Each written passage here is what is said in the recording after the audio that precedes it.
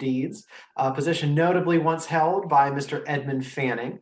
Mark received his undergraduate degree from the UNC Department of Geography and his JD from NC Central University School of Law. He's published books on the old land records of Orange County, navigation on the Cape Fear River and its tributaries, and is currently working on a book about the Regulator Uprising as viewed through old deeds and court records. And his talk today is titled Faith, Rape, and Charity, Quakers, Feminism, and Patriarchy in the Regulator Uprising. Mark, thank you so much for being here. Thanks for having me. Can everybody hear me all right? Yes. Great. First, I don't want to sound like Carol Troxler and I have like some kind of mutual admiration society going, but that was a great presentation, Carol. Thank you for that. And it actually works really well with the topic that I'm going to talk about, because part of what I'm going to talk about is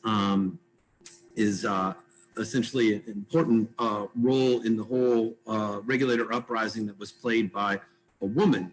And it implicates all the issues that Carol was just talking about the difficulty of researching the role of women, because so much of the traditional method for research is looking at the paper documents, which were all kept, or virtually all of which were kept by white men.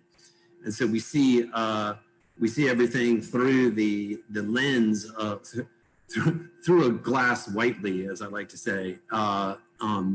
In this unusual case, I think we can kind of read between the lines of what these various white men have to tell us.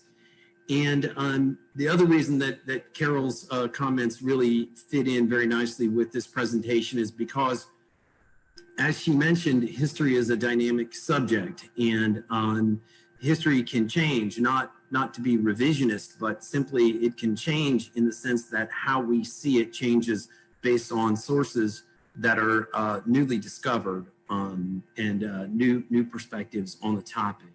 And in particular, I'm going to be looking today at an essay, a pamphlet that was published by Harmon Husband, the spokesman of the regulators, a pamphlet that was largely unknown until about 10 years ago.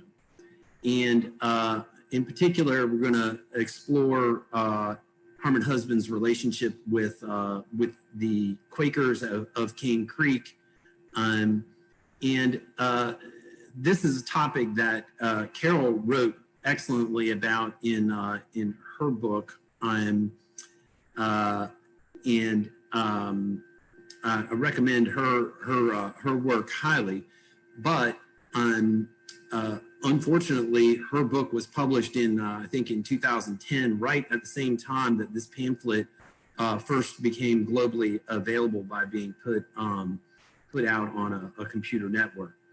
There's only one surviving copy, and it is at the American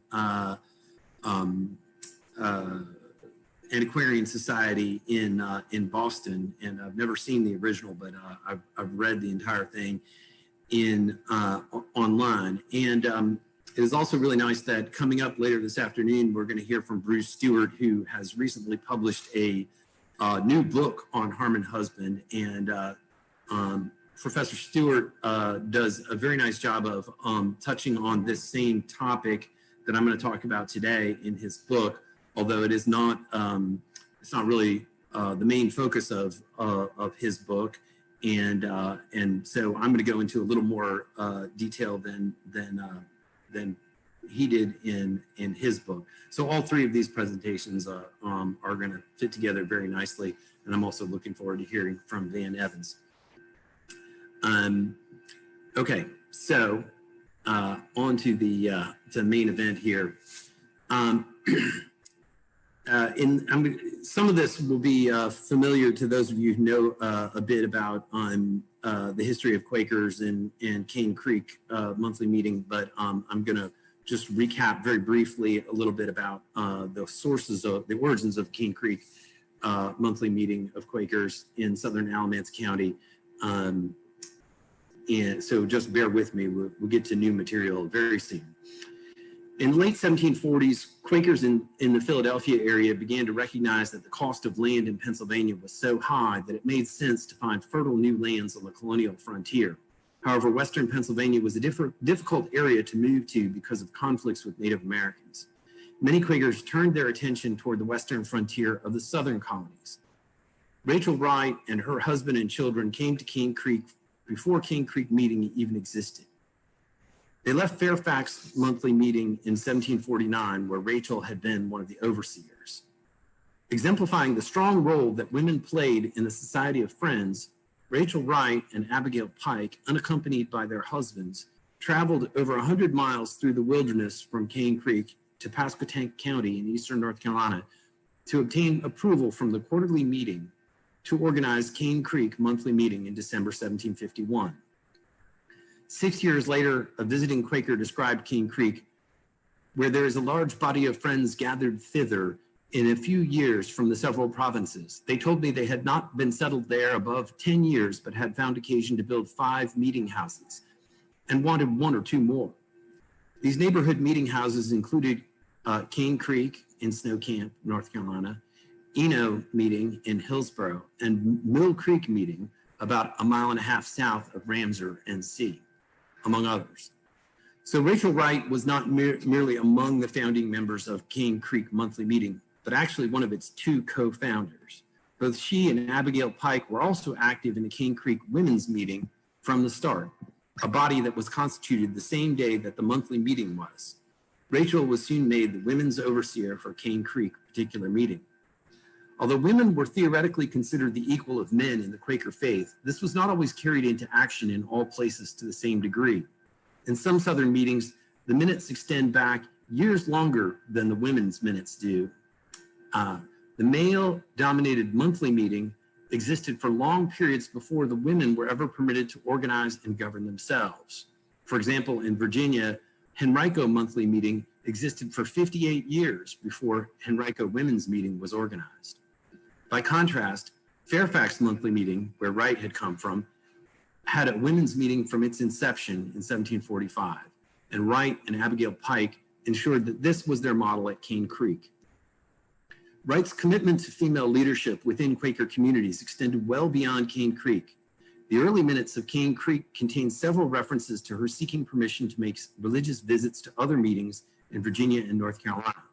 While Cane Creek's minutes reveal little about the exact purpose of these visits, the records of at least 1 meeting she visited do. In 1753, the minutes of Cedar Creek monthly meeting near Richmond, Virginia, mentioned that Rachel Wright had been there on religious visits several times.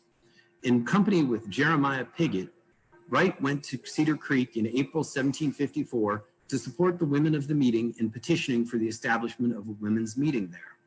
They returned to Cedar Creek just 4 months later for the first Cedar Creek Women's Meeting. While such clear documentation of the purpose of Wright's other religious visits does not survive, it is evident that women's empowerment was a subject close to her heart. She was a founder of Fairfax Women's Meeting, of Cane Creek Women's Meeting, and Cedar Creek Women's Meeting. Beyond that, Rachel raised an even more notable Quaker minister and feminist, her daughter Charity Wright, who, when she was later married, was known as Charity Cook. The significance of women's meetings should not be underestimated. In places where there was no women's meeting, the male-dominated monthly meeting judged the behavior of both men and women in the meeting. Once a women's meeting was created, the disownment of women was judged by women, as the disownment signers are all women and those records are in the women's minutes. The creation of a women's meeting also resulted in women being appointed as overseers and elders. All of this was hugely empowering to the Quaker women near Richmond, Virginia, but the establishment of women's meetings was not welcomed by everyone. Among the many Northern Quakers whose eyes turned toward the North Carolina Piedmont was Harmon Husband, who was born in 1724 in Cecil County in Northeast Maryland, not far from Philadelphia. The Husband family had been Anglican, though the free-thinking Harmon would soon become a Presbyterian and later a Quaker. Husband was a bright, successful young man in his community, and like many Quakers of that time, he began to turn his eyes to North Carolina frontier as a place that held better opportunities than the already settled areas around Philadelphia. Husband first came to Orange County toward the end of 1755, where he joined Cane Creek Monthly Meeting. Harmon Husband made his views on women's meetings clear in a passing comment on the establishment of a different women's meeting in Maryland. I quote, "I never had any evidence that Christ had any hand in setting it up." In fact, Husband's two religious tracts lay bare his misogyny. In some remarks on religion, Husband related that once while hurrying home to pray, he spotted a woman approaching from a distance. Quote, "Satan suggested instantly in my mind, assisted by the lust of the flesh also, as ready to take hold of the woman as she passed me. No sooner had she passed than Husband felt ashamed, especially when I remembered how great a hurry I had been in, but how I had slacked my pace to consult with the flesh and the devil." In his other religious tract, the second part of The Naked Truth, Husband recounted a dream in which he was courting a young woman. When his marriage prospect fed him something, he suddenly felt naked, and God called out to Husband, "Where art thou, Adam?" To which he responded that he was ashamed. When asked who told him he was naked, Husband answered, "Lord, that which I do abhor, I am daily ensnared by the females whom thou hast given us." Whether or not Husband's misogyny was merely typical for men of his day, it's clear that the principles of equality propounded by the earliest Quakers were not a part of Husband's worldview. It's notable that Husband frequently cited 17th century Quaker writers like William Sewell and Robert Barclay, but his writings never mentioned the founder of Quakerism, George Fox, who was also a notable 17th century feminist. Inculcated in the misogyny of the 18th century, Husband could only see women as temptresses who could not be trusted to uphold the extremely high moral standards he believed in. In North Carolina, rumors and allegations began to swirl around Rachel Wright and her efforts to organize women. We cannot be certain which of these rumors, if any, were rooted in fact and how much were mere salacious innuendo promulgated by those who felt threatened by her work in the empowerment of women. But we do know for certain that Harmon Husband was very much involved in making these allegations public. In the second part of The Naked Truth, Husband recounted that Wright was a constant source of turmoil, backbiting, frequenting young men's company all hours of the night, drinking, lying, and abominable pretenses to revelations. Husband claimed that while Wright and Jeremiah Pigott were en route to Cedar Creek meeting, she laid down near Pigott and, quote, "complained of cold and opened her breasts, squeezing his head up to them. The pious young man refused her advances," according to Husband. Husband did not mention it, but it is notable that his allegation here was that Wright's purported sexual impropriety was happening as a part of her effort to organize Cedar Creek Women's Meeting. Similarly, he charged that Wright had taken another young man, William Cox Jr., with her to visit other meetings. The two stayed with another female preacher whose husband was away from home. Harmon Husband reported that for 3 nights they went to bed in mixed company, Wright with William Cox Jr. in one bed and the other preacher with another young man in another bed. Husband made a point of referring to both William Cox Jr. and Jeremiah Pigott as young men. His point was not that they were younger than him, but rather that they were younger than her, 6 and 10 years respectively. Husband was married twice in his life to women who were 15 and 19 years younger than him. To 18th century society, the man being older was perfectly normal, but the woman being older was deviance. Husband also made a point of Wright pulling these young men to her, not the other way around. In Husband's mind, she was not merely an adulterer. Rachel was a seductress, bent on corrupting innocent Quaker young men. Such an image of the rapacious, immoral woman making a feast of the virtue of pure, noble men was not an uncommon one. And certainly, slut-shaming, to use the modern vernacular, was and is an often employed tactic to silence and control outspoken women. According to Husband, he presented these accusations to a committee at Cane Creek meeting, but the minutes provide scant corroboration. In March 1756, Wright abruptly resigned as women's overseer for Cane Creek particular meeting. A month later, the women's meeting appointed 2 members to make inquiry into the conversation and ministry of Rachel Wright and make report to next meeting. While the minutes do not elaborate on what this inquiry was about, Husband's Naked Truth gives his side of the story. Neither set of minutes, either the women's minutes or the monthly meeting minutes, ever touch upon this inquiry again, though it seems to have occurred in June 1756, as both sets of minutes for that month are completely blank. The clerks of Cane Creek were unwilling to make a permanent record of such a controversial issue regarding a prominent member of the meeting. This lack of frankness in the minutes is the main cause of a 250-plus year inability to get to the bottom of what has been known to historians as the Rachel Wright affair, and has been the source of much frustration for historians exploring the controversy at Cane Creek. While the minutes were silent, Husband was not. Husband wrote that the accusations against Wright seemed to be granted, indeed could not be denied. Husband reported that the conclusion of the inquiry was that we are all poor creatures and ought to forget and forgive. The best way to end it was to forgive one another in love and let it die in oblivion. While Wright was not disowned or required to submit a paper of condemnation, it's clear that there were considerable consequences for her efforts to organize women. While Rachel Wright was not mentioned, or was mentioned in the Cane Creek minutes 7 times before the spring of 1756, she was never mentioned in the women's minutes thereafter. The women of Cane Creek passing judgment on one of their own was unsatisfactory to Harmon Husband. While some members of Cane Creek were disowned for transgressions such as dancing and playing cards, this highly esteemed minister was treated more charitably. Husband wrote, "How far such things were lawful, it sufficed me that the evil spirit governed them." That is to say, it sufficed him not at all. 2 years later, Husband went back to Maryland for a time on personal business. When he returned to North Carolina, he brought with him copies of his first religious tract, Some Remarks on Religion. This tract laid out his spiritual journey from Anglicanism to Presbyterianism to Quakerism, making a strong case for both strict adherence to high moral standards, what we might call moralism, and a return to the anti-hierarchical Quakerism of the 1600s. We'll call that primitivism. At the end of 1753, traveling Quaker minister Catherine Peyton visited a very small meeting on the River Eno, which was very exercising, even though, as she states, their states were various and some of them were widely distant from that pure, humble living, sensible disposition which truth produces.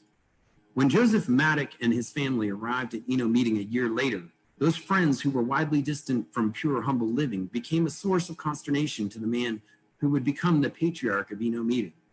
Maddock was an ardent moralist. His certificate from his monthly meeting in Pennsylvania specifically called him, quote, a diligent frequenter of meetings for discipline. North Carolina Quakerism was in a quietist period in the late 1700s, generally believing it best not to engage in political and governmental matters. But Maddock was more inclined to be engaged in his local government. He's mentioned several times in Orange County court minutes and much later served as a magistrate in Georgia. Not long after his arrival in Orange County hired Maddock, the moralist, to build its first jail. In the summer of 1756, when Cane Creek Women's Meeting decided to let Wright's alleged transgressions die in oblivion, Maddock must have shared Husband's dissatisfaction with his verdict. But there was little that Eno could do about the matter as a lowly, indulged meeting. By 1760, Maddock and his fellow moralists at Eno sought to upgrade their meeting from indulged to preparative, a move which would give them formal representation in enforcing Quaker discipline. Maddock and his fellow moralists began a crackdown on Eno Quakers. Maddock's hardline moralism demanded a stricter adherence to Quaker discipline within the Eno meeting. From the time of Eno's first ambitions of becoming a preparative meeting through the end of its preparative status, Cane Creek's minutes reflect a furious round of disownments of Eno Quakers, all under the watchful eyes of Joseph Maddock, who became Eno preparative meeting's overseer. In all, some 16 Eno Quakers were disowned, and 4 others were forced to submit papers of self-condemnation. 8 of these offenses were the undeniable violation of marrying a non-Quaker, marrying out of unity, as they called it.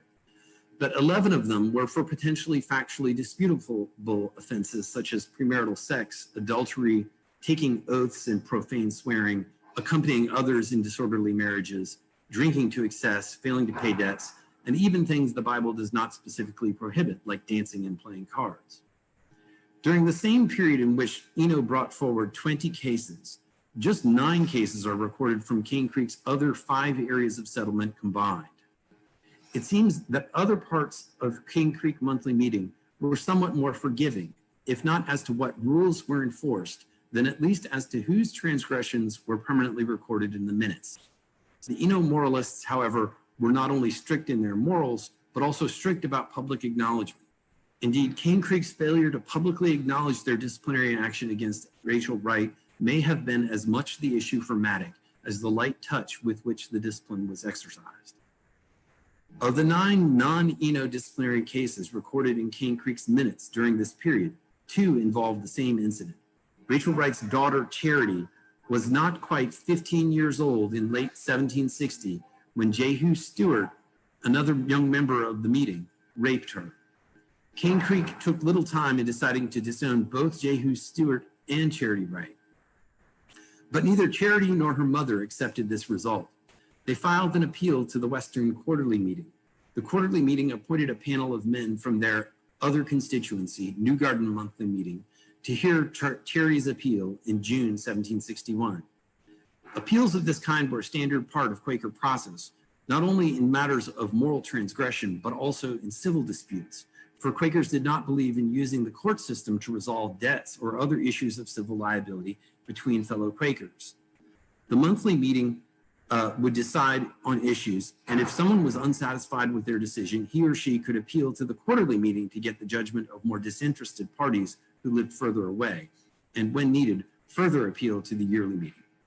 In Charity's case, we have only what was reported to us through the patriarchal 18th century eyes of Harmon Husband and the men of the Western Quarterly Meeting.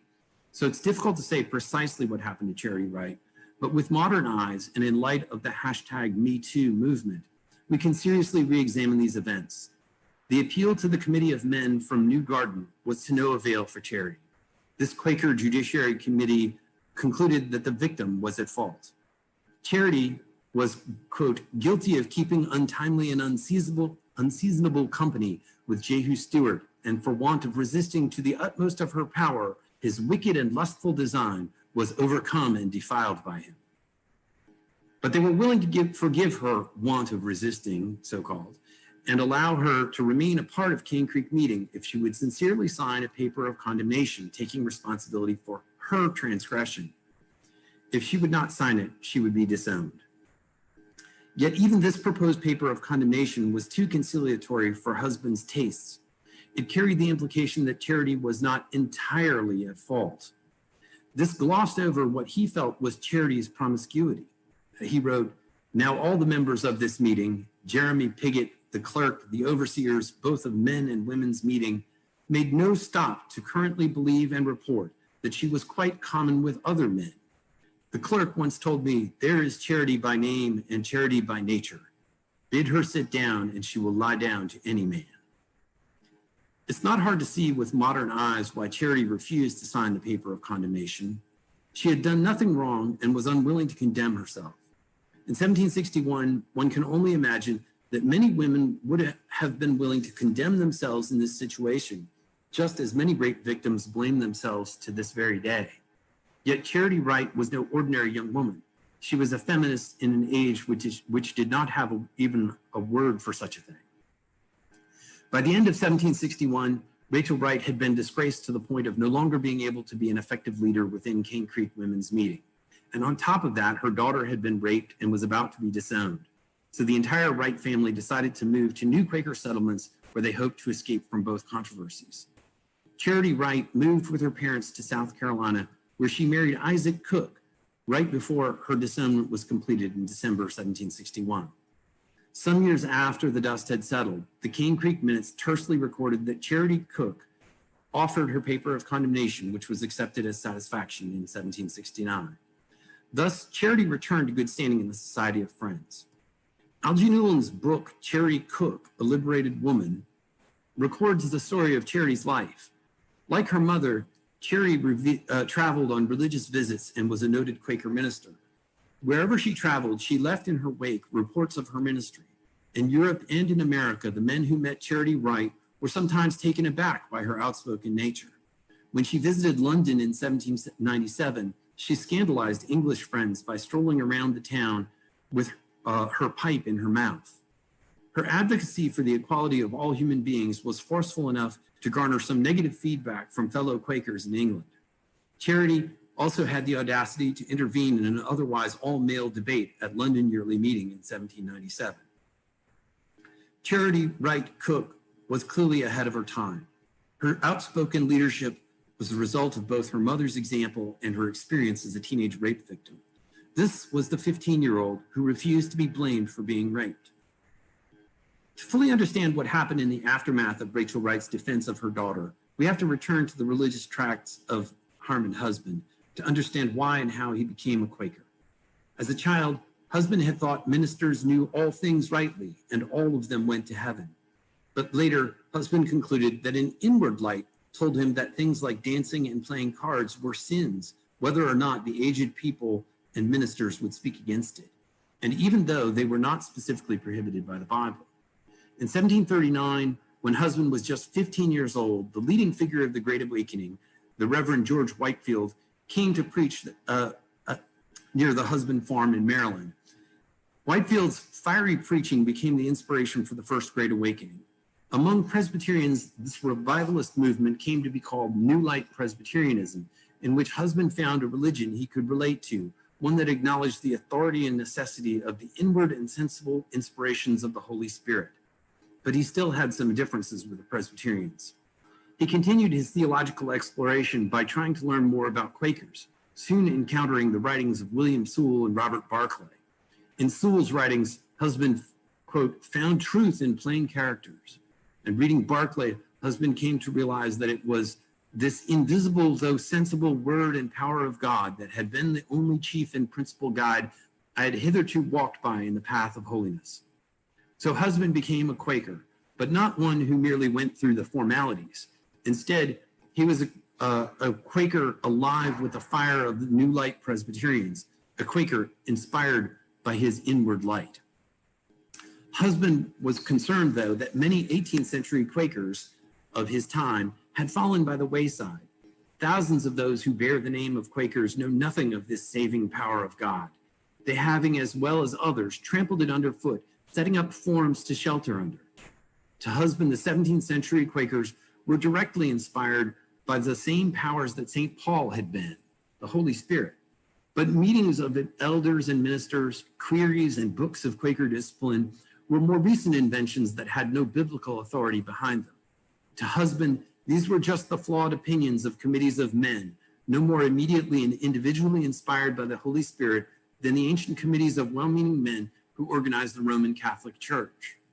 For Husband, the inward light was an immediate and individual source of inspiration, not expressed in the work of a committee.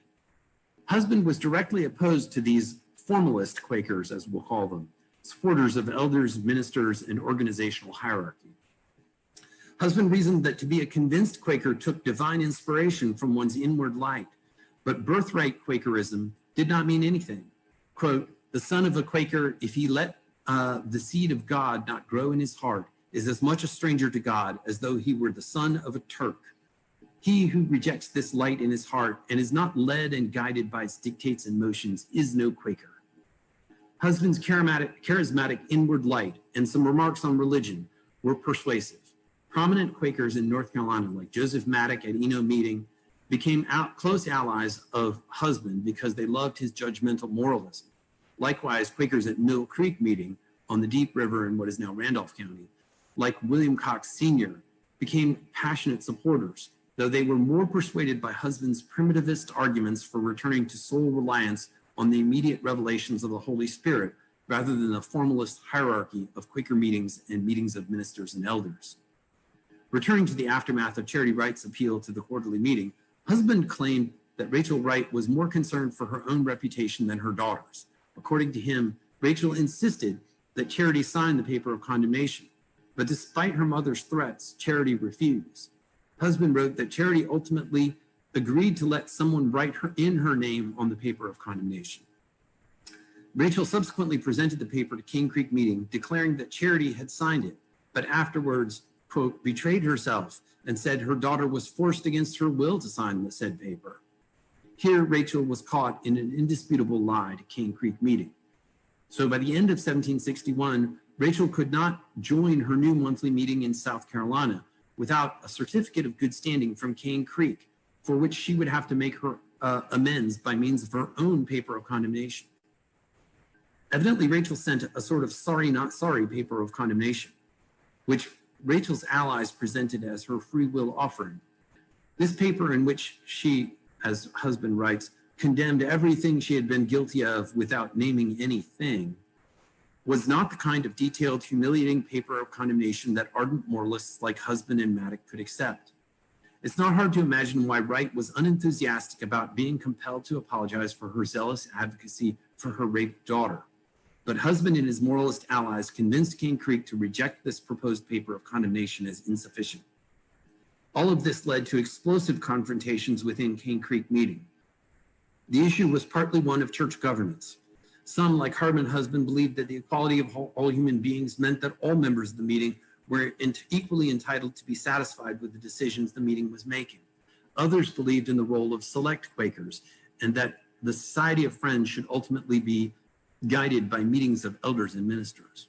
The Western Quarterly Meeting decided to impanel its first meeting of elders and ministers in 1761, right before this controversy over Rachel Wright's certificate arose.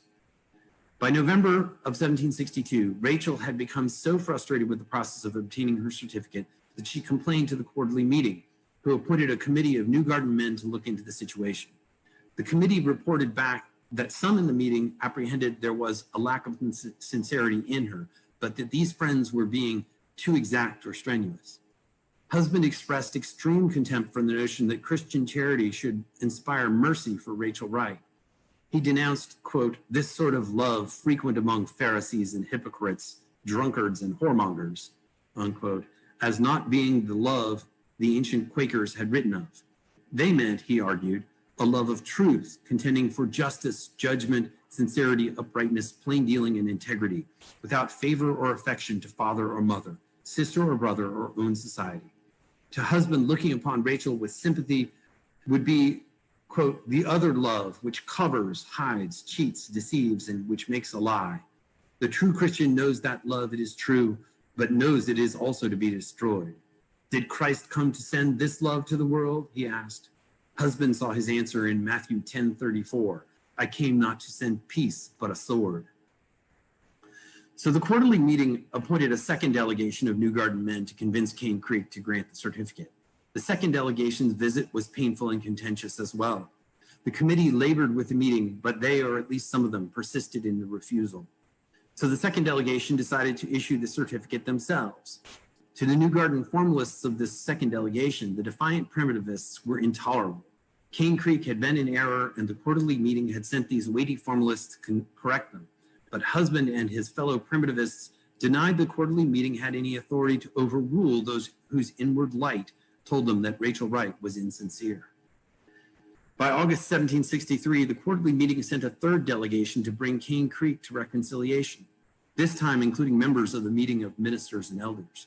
One of the formalists offered a gospel passage in support of showing Rachel mercy, but in doing so, he misquoted Luke 17:4 as purportedly saying, and if he sins against thee 7 times in a day, and 7 times in a day turn again to thee, saying, I repent, thou shalt forgive him.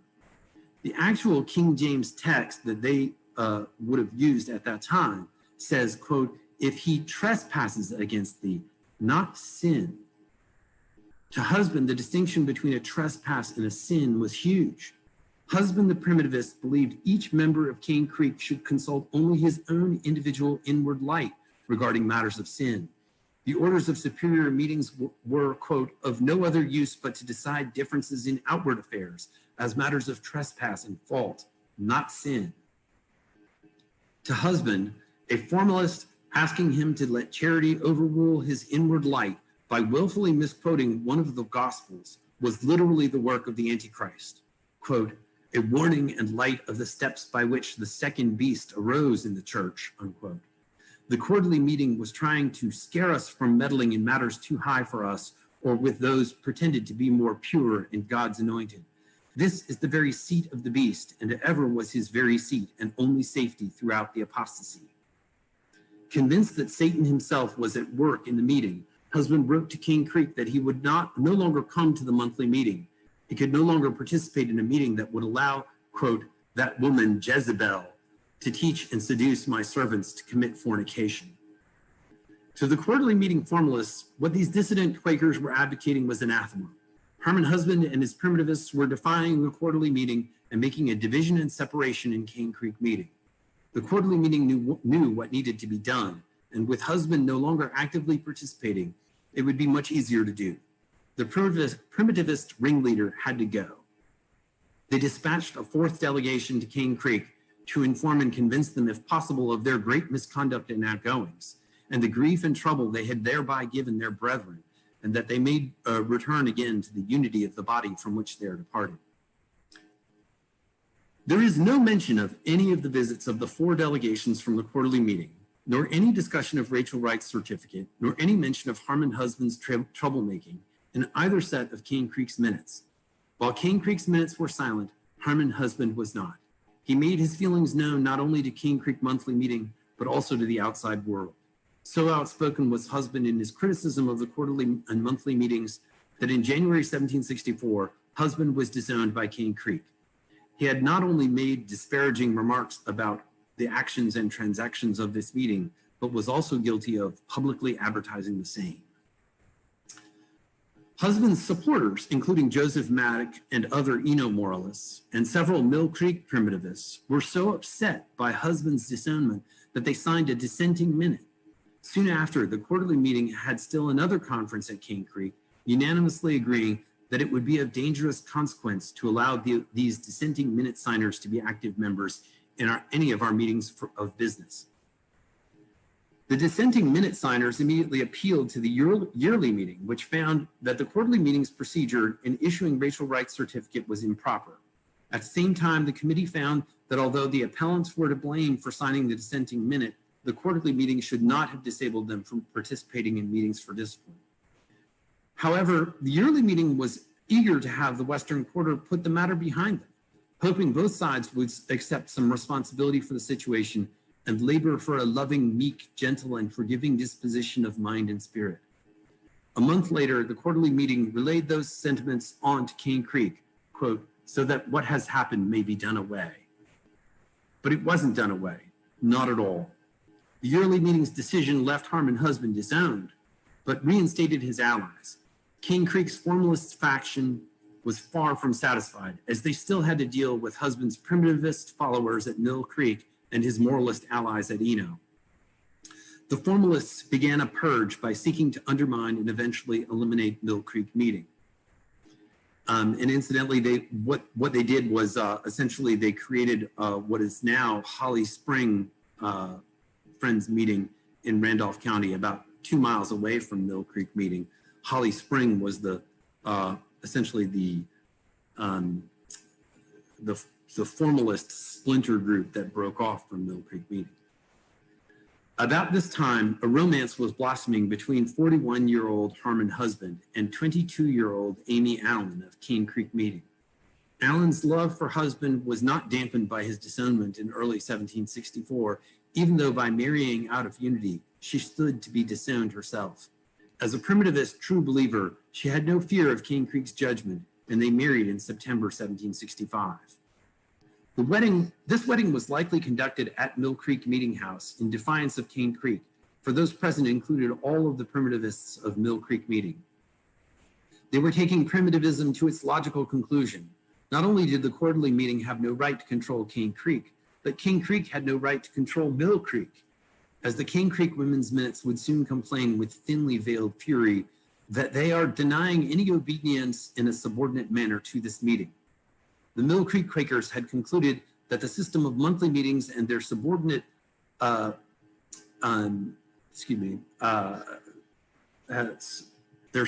indulged meetings had no basis in either scripture or the writings of the ancient Quakers. In short, Cane Creek disowned Amy Allen Husband for marrying out of unity. A month later, Cane Creek reported that the meeting of indulgence on Mill Creek in Cox's settlement is now dropped. A delegation was sent to visit Mill Creek though apparently with little intention of bringing them back into the fold. As the next month, the delegation reported their judgment that the indulgence be taken from them. Cane Creek minutes never again mentioned the Mill Creek meeting. In January 1766, the women's meeting considered complaints against the primitivist wedding guests, and a delegation was appointed in order to convince them of their mistake, though again this seems to have been disingenuous. Visiting Quaker John Griffith, who was at Cane Creek on this very same occasion, remarked in his diary that, quote, most of the members of Cane Creek seemed void of a solid sense of solemnity. A spirit of self-righteousness and contention was painfully felt. The leaven of the Pharisees seemed to prevail, and the few living sensible members were borne down and discouraged. At the May 1766 quarterly meeting, Cane Creek brought up the issue of husbands' wedding guests. The quarterly meeting ruled that the primitivists broke through the rules of our discipline and decent order.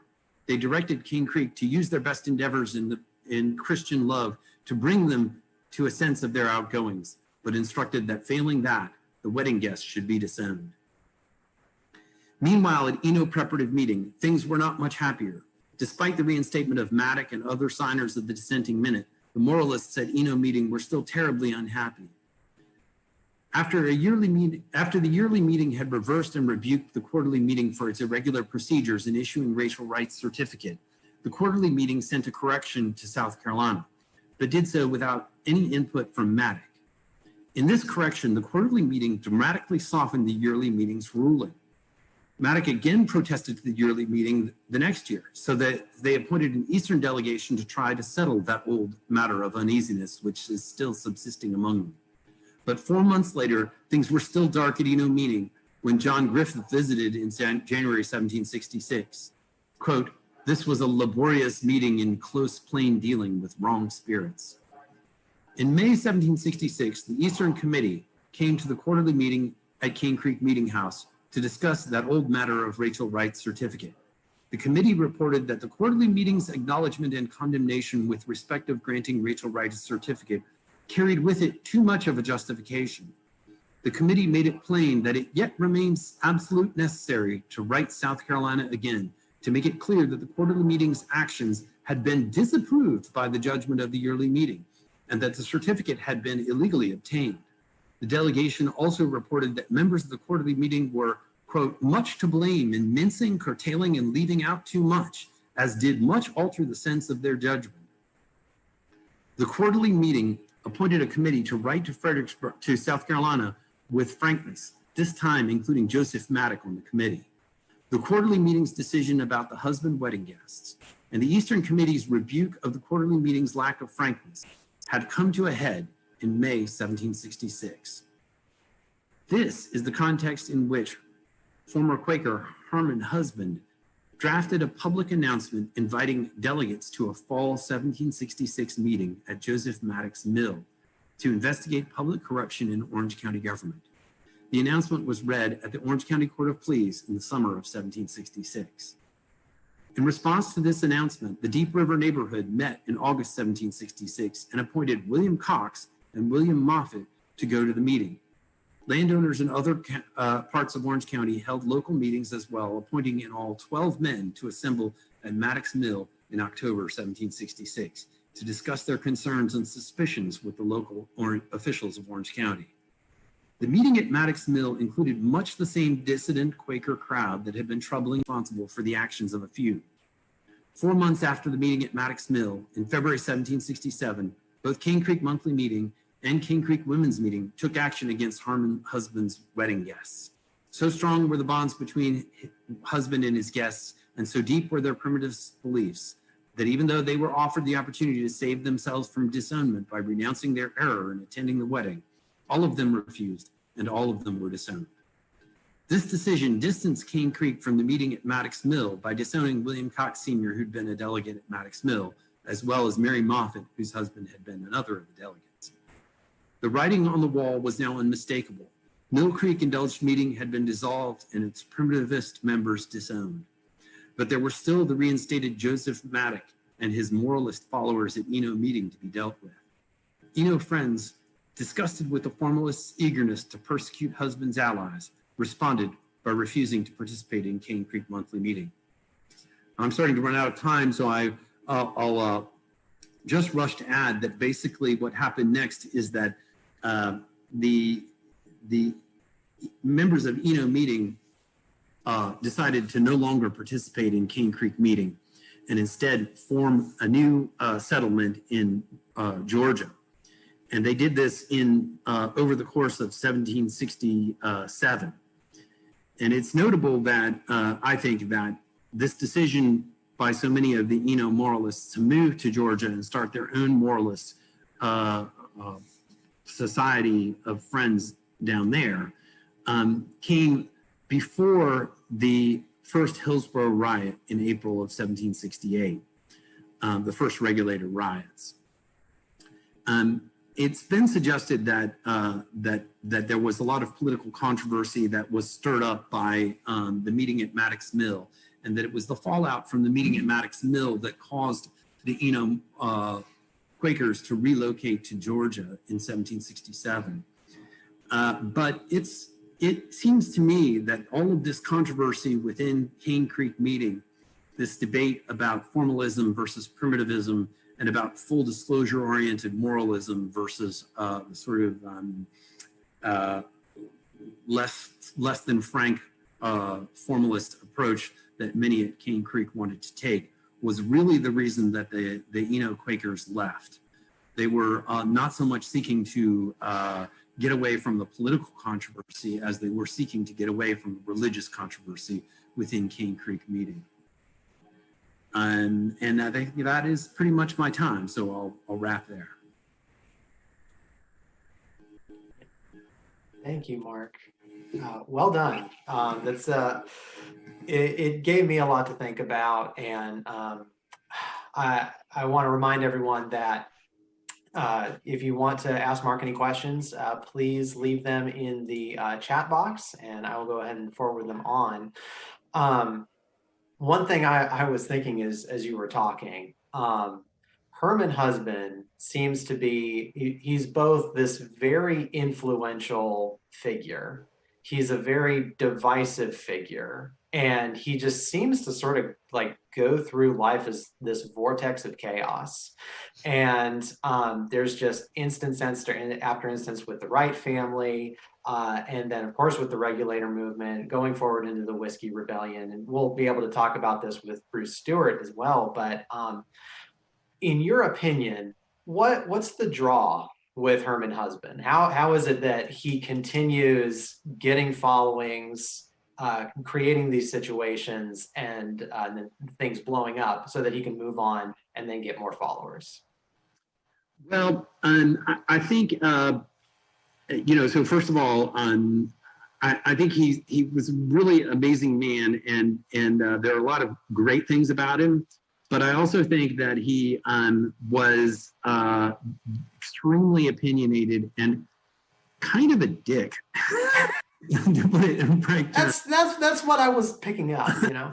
But I think what is really interesting about him that became clear to me, and I didn't touch on in this presentation, is Herman Husband actually says in some of his writings that as a young man he had almost a bit of a speech impediment. He was not good at public speaking. He said he felt awkward and didn't know how to convey himself, but that at times he would be, according to him, seized by the Holy Spirit and inspired by his inward light, and suddenly the water faucet was turned on, and he would go from this awkward person and transform himself suddenly into a terrific and persuasive public speaker. And when he spoke in that mode, that he that people found him extremely charismatic. Now, some people found him the opposite of that, sort of repellent, but that when he went into that mode, when he was being inspired by his inward light, by what he thought of, what he believed was the Holy Spirit, that he could be extremely persuasive. And as he says in one of his tracts, not only in religious matters, but even in his own personal business affairs, that when he was seized by this feeling, he could become extremely persuasive, convince people to invest in his land speculation in North Carolina and that type of thing. So I think that just was a part of who he was. And I picture, in a way, I don't know if any of y'all know this, but the actor James Earl Jones, who has that incredible, beautiful voice and is such an excellent actor and speaker, he has a severe stutter. And as a child, he was afraid to ever speak in public. He refused to speak when he was called upon in class in school because his stutter was so embarrassing to him. And that he had a teacher in middle school who refused to allow him not to speak and forced him to memorize and perform a poem. And to his utter surprise, when James Earl Jones stood up to recite the poem, he recited it perfectly and his stutter completely disappeared. And when he performs on stage and on television and in the movies, that stutter is gone. We don't see that publicly, but even in his private life, he still suffers from that problem. And I think it's sort of a similar kind of thing. I don't think particularly that husband's problem was stuttering, but it's that same type of thing where it's like one-on-one, husband was not a great communicator, but when he got inspired to stand up in front of a crowd of people, he was extremely persuasive. Yeah, that's a really good analogy. I think that type of person too, who is, I guess, polarizing and just inspires deep reactions. That is something that's very common in the 18th century, but it is extremely relevant to our life today. That type of person still exists, without getting into specifics. So I've got time for a couple questions here.